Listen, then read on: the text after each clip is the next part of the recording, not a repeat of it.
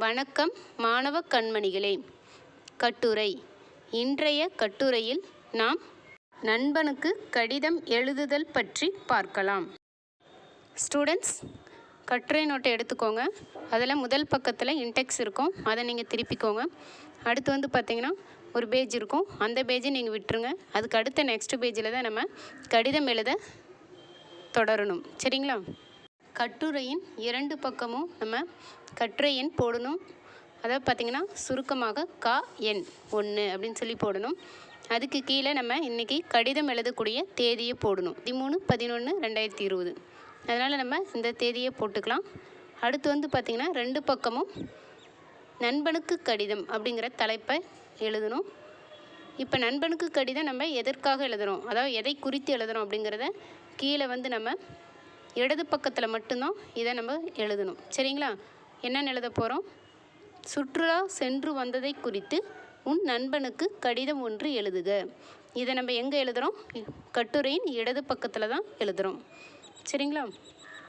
அடுத்து பார்த்திங்கன்னா வலது பக்கத்தில் அந்த தலைப்பிலேருந்து ஒரு 2 கோடு லீவ் பண்ணி வலது பக்கத்திலேயே, அதாவது வலது மார்ஜினில் நம்ம ஈரோடு அப்படின்னு எழுதி கமா போட்டு அதுக்கு அடுத்த கோட்டில் கடிதம் எழுதக்கூடிய தேதியை நம்ம குறிப்பிடணும்.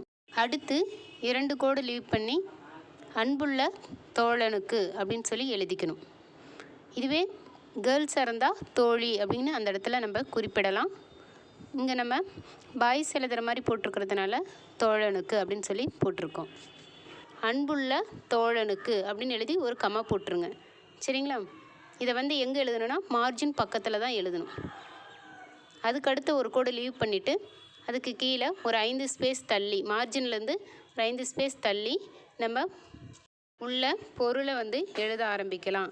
அதாவது சுற்றுலா சென்று வந்ததை குறித்து நம்ம இங்கே அதை எழுதலாம். சரிங்களா? என்னென்னு எழுதலாம்? அதாவது பார்த்திங்கன்னா, நான் நலம், அதுபோல் அங்கு உன் நலம் அறிய ஆவல். கடந்த வாரம் நான் குடும்பத்துடன் கன்னியாகுமரி சென்றேன். அதிகாலையில் சூரிய உதயம் பார்த்து மகிழ்ந்தோம். வள்ளுவர் சிலையையும் விவேகானந்தர் பாறையையும் பார்த்து ரசித்தோம். மாலையில் சூரியன் மறைவு கண்டு திரும்பினோம். வாய்ப்பு கிடைத்தால் நீயும் உன் குடும்பத்துடன் சென்று வா. ஸ்டூடெண்ட்ஸ், நீங்கள் எழுதிட்டு இருக்கும்போது கட்டுரையின் முதல் பக்கத்தில் எழுதி முடித்தாச்சு அப்படின்னா நீங்கள் நெக்ஸ்ட் பேஜ் திருப்பிக்கோங்க. அடுத்த பக்கத்தில் எழுதும்போது நீங்கள் கண்டிப்பாக வலது பக்கத்தில் தான் நீங்கள் எழுதணும், இடது பக்கத்தில் நீங்கள் எழுதக்கூடாது. இதை நன்றாக கவனிங்க. சரிங்களா? இப்போ நம்ம வலது பக்கத்தில் மீதி எழுத ஆரம்பிக்கலாம். உன் பதில் மடலை காண ஆவலுடன் காத்திருக்கிறேன் அப்படின்னு சொல்லி எழுதி இறுதியை முற்றுப்புள்ளி வச்சுருங்க.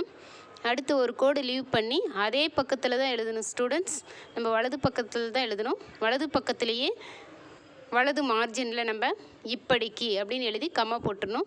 அதுக்கு அடுத்த வரியில் உன் அன்புள்ள தோழன் அப்படின்னு எழுதிக்கோங்க. கேர்ள்ஸாக இருந்தால் தோழி அப்படின்னு எழுதிக்கோங்க அந்த இடத்துல.